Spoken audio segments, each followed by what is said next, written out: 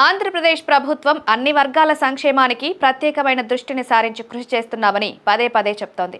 ఇక ఇదే క్రమంలో ఆంధ్రప్రదేశ్ రాష్ట్రంలోని విజయవాడలో ఒక సరికొత్త ఆలోచనను అమలు చేసిన ఏపీ ప్రభుత్వం ఉద్యోగాల కోసం, ఉపాధి అవకాశాల కోసం విజయవాడకు వచ్చి ఇబ్బంది పడుతున్న వారికి ఉచిత వసతి సదుపాయాన్ని కల్పించడానికి శ్రీకారం చుట్టింది. ఏపీ ప్రభుత్వం జాతీయ పట్టణ జీవనోపాధుల పథకం కింద నిరుద్యోగ యువతకు ఉపాధి, ఇతర పనుల కోసం విజయవాడకు వచ్చిన వారికి వారు ఇబ్బంది పడకుండా ఉండేందుకు వసతి గృహాలను ఏర్పాటు చేసింది. ఉద్యోగం లేకుండా నిరుద్యోగులుగా ఉన్నవారు కనీసం రూమ్ రెంట్ కూడా కట్టుకోలేని స్థితిలో ఉన్న వారి కోసం మున్సిపల్ కార్పొరేషన్ పరిధిలో 4 చోట్ల వసతి గృహాలను ఏర్పాటు చేసింది.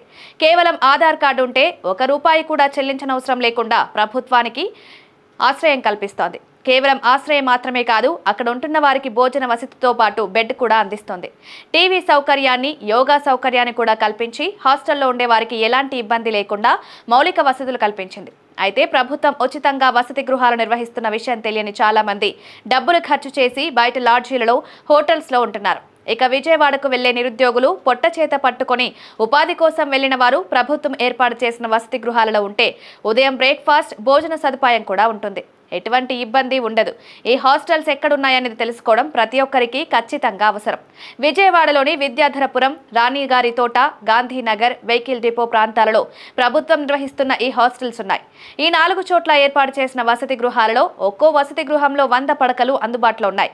అయితే పని పాట లేకుండా జూలాయిగా తిరిగేవారు వీటిలో నిలబడి తరబడి ఉంటామంటే మాత్రం కుదరదు. ఉపాధి, ఉద్యోగ అవకాశాలు వెళ్లిన వారు ఈ ఉద్యోగ అవకాశాలు దొరికే వారికి మాత్రమే వాటిలో ఉండవచ్చు. అలా కాకుండా ఏ పని లేకుండా పూట గడుపుకోవడానికి ప్రయత్నిస్తే మాత్రం అటువంటి వాళ్ళను నిర్దాక్షిణ్యంగా బయటకు పంపిస్తారు. ఇవి కేవలం జాతీయ పట్టణ జీవనోపాధుల పథకం కింద జెన్యూన్గా ఉద్యోగ, ఉపాధి అవకాశాల కోసం ప్రయత్నం చేసే వారి కోసం ఏర్పాటు చేసిన వసతి గృహాలు.